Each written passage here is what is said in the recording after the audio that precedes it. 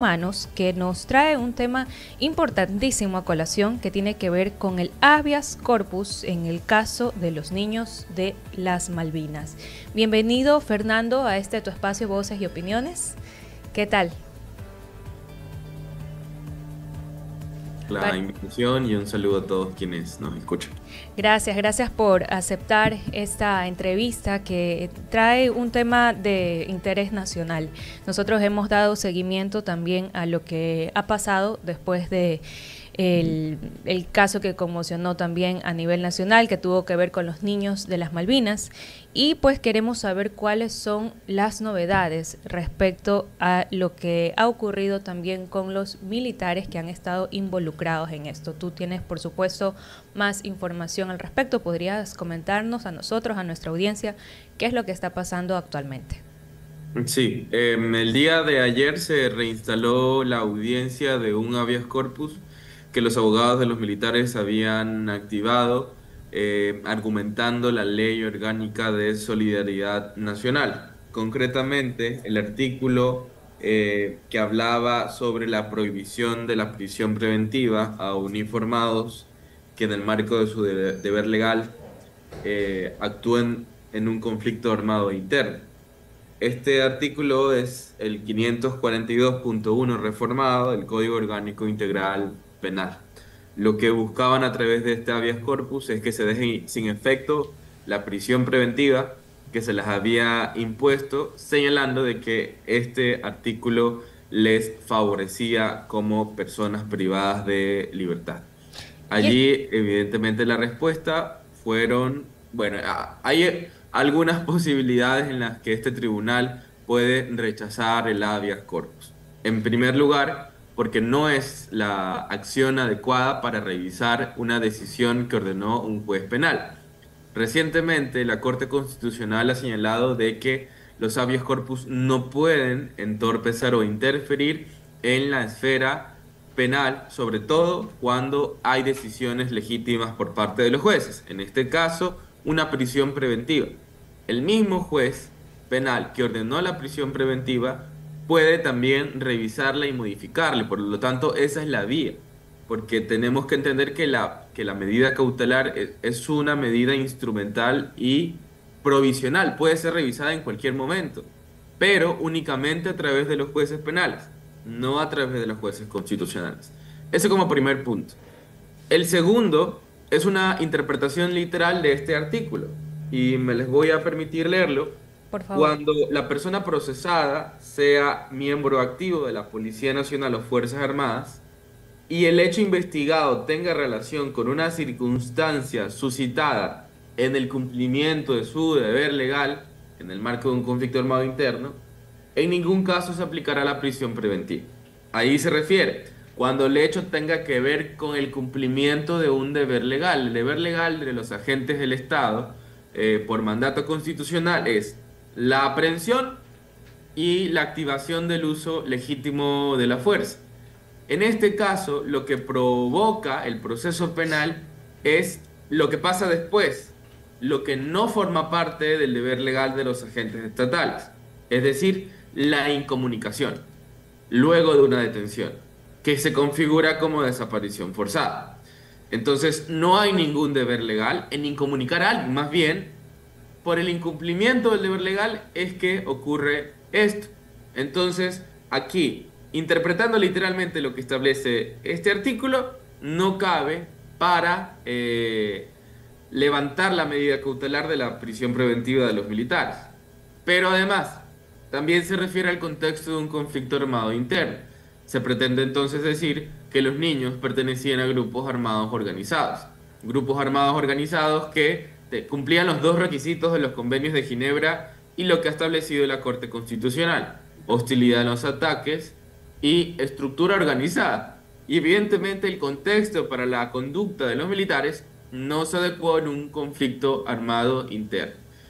Entonces, el tribunal tiene muchos argumentos para rechazar el habeas corpus que presentaron los militares. Bueno, esta es una oportunidad importante para el tribunal que está conociendo sobre este habeas corpus para el buen uso de esta nueva ley de solidaridad nacional y que no se esté prestando para otras situaciones que son ajenas al espíritu de esta nueva ley, ¿no? En ese sentido, abogado, ¿cómo se encuentra la familia de los niños de las Malvinas? ¿Qué opinión tienen sobre esta acción de habeas corpus que han accionado los abogados de los militares? Sí, ahí solo me permito una aclaración. Primero, que no hay ningún buen uso, no va a haber nunca un buen uso de una ley que es potencialmente inconstitucional. Y el espíritu de la ley es esto que pretendían hacer los militares, es decir, dejar en impunidad casos, porque la ambigüedad por la cual fue redactada te permite creer que toda actuación de Fuerzas Armadas es en el marco de un conflicto armado interno y por lo tanto cabe todo. Claro, quienes somos abogados en las audiencias, lo que tenemos que hacer es simplemente inaplicar la ley y priorizar la aplicación de la Constitución. Ahora eso es un problema, porque nuestro ordenamiento jurídico obliga a los jueces a no solo inaplicar una ley y aplicar la Constitución, obliga a agarrar esa ley que es potencialmente inconstitucional y enviar la consulta de norma a través de una consulta de norma a la Corte. Porque por su ambigüedad está, o sea, es inejecutable. Por supuesto que a la hora de las audiencias tenemos que hacer toda esta vasta argumentación para que al final no se aplique una ley que es evidentemente ambigua, pero lo que le dijimos al tribunal es que no solo pueden aplicar, sino que tiene que ser consulta de norma. Y por supuesto, esto fue sentida por los padres.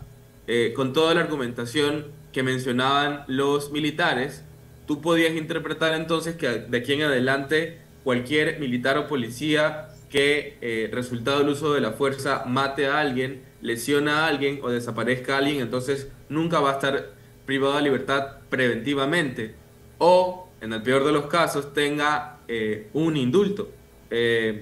Entonces hay una sensación de bastante impunidad por parte de los familiares y todo esto fue a partir de la revocatoria del habeas corpus que se ganó en primera instancia y se revocó en segunda.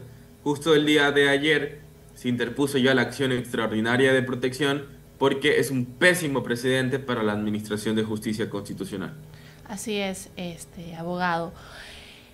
Y hablando justamente de lo que usted estaba mencionando, ahorita se van a abrir los debates cada vez más interesantes porque desde cuándo se puede aplicar esta ley de solidaridad nacional.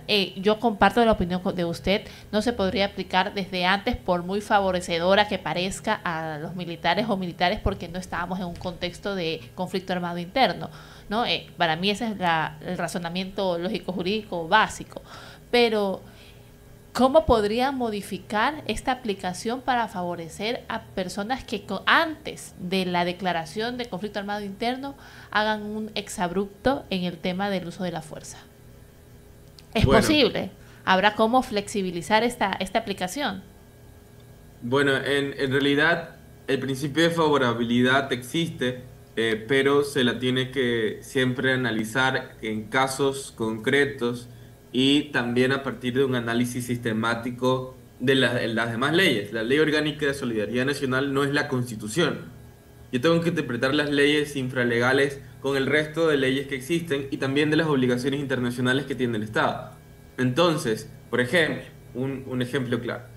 Si hay un riesgo procesal de fuga y estoy investigando a militares que mataron a un niño de 14 años, como ocurrió en el Guasmo Sur, también a inicios de este año, también en un operativo policial, lo que yo tengo que hacer es aplicar directamente la Constitución.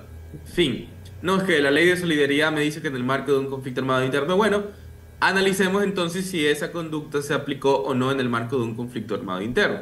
Y lo que tú vas a ver a largo plazo es que ningún juez va a aceptar la aplicación de esta ley porque las conductas que están, el contexto en que están realizando los operativos nuestras Fuerzas Armadas y Policía Nacional no se adecúan en un conflicto armado interno. Son temas de seguridad interna. Entonces, si no quiero discutir la inconstitucionalidad, a la larga ningún juez penal se va a atrever a aplicar este artículo. Porque para que exista un conflicto armado interno tiene que haber hostilidad en las acciones y una estructura jerarquizada. Ninguna banda de crimen organizado tiene una estructura jerarquizada. Entonces, si detienen a, qué sé yo, 8 personas por tráfico de armas, yo tengo que demostrar para que se aplique este artículo, bueno, y que en esa detención de esas 8 personas que estaban traficando armas, una me apuntó y yo respondí y le disparé a la cabeza sin aplicar el uso legítimo de la fuerza. O sea, un ejemplo súper extremo, pero para entender cómo funciona la aplicación penal de esta ley. El juez lo que va a decir, bueno, no estábamos frente a un conflicto armado interno porque ese era un grupo de personas que ya estaba detenida. No generó ningún tipo de acto hostil contra ti. Lo que hizo fue poner en riesgo tu vida, sí, y activaste en el marco del uso legítimo de la fuerza, sí, pero aquí no puede aplicarse esta ley, sino que el mismo ordenamiento jurídico interno. Son las 8 horas con 31 minutos y estamos en diálogo con Fernando Bastias Roballo, defensor de los derechos humanos, hablando acerca de la activación del habeas corpus que solicitaron los abogados de los militares por el caso de los niños de las Malvinas. En este sentido, abogado, ¿podría comentarnos cuál es el estado de la causa? ¿Cuánto tiempo más podría llegar a tomar esta resolución? ¿Cuándo se puede reinstalar la audiencia? La audiencia se va a reinstalar este día viernes a las 3 de la tarde y lo que esperamos es que o se rechace el habeas corpus o que el tribunal haga la consulta de norma a la Corte Constitucional. Cualquiera de esos dos escenarios puede ocurrir. No hay ninguna posibilidad a nuestro criterio que tenga efectos positivos la acción que los militares presentaron. Bueno, vamos a estar muy expectantes todos los ciudadanos sobre lo que vaya a suceder este viernes en la audiencia sobre el habeas corpus que se está discutiendo, y la verdad coincido con usted, abogado. Espero que esta ley de solidaridad no se preste para cuestiones que van totalmente al margen de la Constitución. Le agradecemos mucho su presencia aquí y esperamos poder tenerlo tanto presencial como otra vez vía telemática para que nos vaya aclarando la situación sobre el caso de los niños de las Malvinas, que nos tiene muy preocupados a todos los ecuatorianos. Muchísimas gracias, abogado. Ya sabe, esta es tu casa. Buen día. Gracias. Chao, chao. Gracias, amigos. Son las 8 horas con 33.